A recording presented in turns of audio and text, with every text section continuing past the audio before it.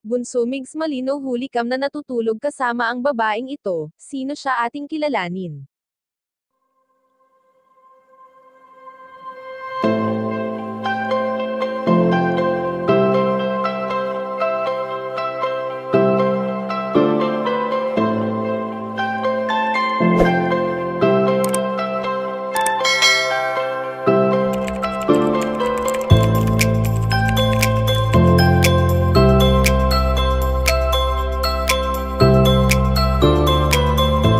Kilala naman natin si Bunso Migs Malino bilang isang malambing na tao, na kahit ang mga kaibigan niya ay talaga namang pinakikitaan niya ng pagiging sweet.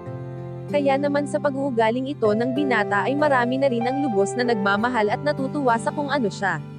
Hindi naman lingid sa ating kaalaman na sobrang busy ngayon ni Bunso Migs Malino sa paggawa ng content sa kanyang YouTube channel, at kung hindi naman ay ang pakikipag-collaboration ang ginagawa nito. Sa tuwing nakakaramdam ang binata ng pagod ay ang tanging ginagawa niya na lamang ay ang puntahan ang kanyang apo na si Baby Chaos na nagbibigay lakas sa kanya sa buong araw na nagdaraan.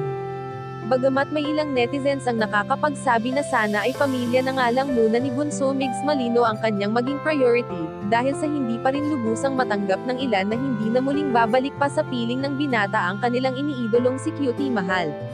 Sa ngayon nga ay ayon sa aming impormasyon na nakalap na huli kam si Bunso Migs Malino na katabing natutulog ang kanyang pinakamamahal na babae, at ito ay walang iba kundi ang kanyang inay Belen na talagang nagmamahal sa kanya. Ang pagmamahal ng isang ina para sa kanyang mga anak ay walang katumbas na kung ano pa mang bagay at wala itong hindi kayang gawin para sa kanyang mga anak.